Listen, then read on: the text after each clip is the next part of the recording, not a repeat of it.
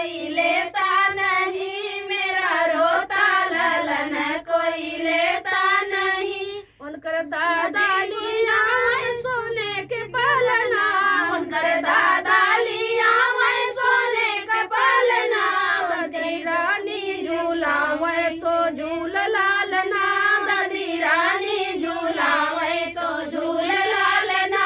मेरा रोता ललन कोई लेता नहीं, मेरा रोता ललन कोई लेता नहीं। उनकर बड़े पापा लिया सोने के पालना, बड़े पापा लिया सोने का पालना।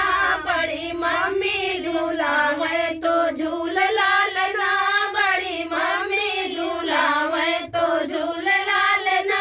मेरा रोता ललन कोई लेता नहीं, मेरा रोता ललन कोई लेता नहीं।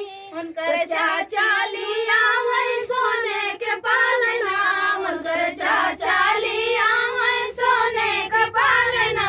चाची रानी झूलावे झूले लालना, चाची रानी झूलावे तो झूल लालना। मेरा रोता ललन कोई लेता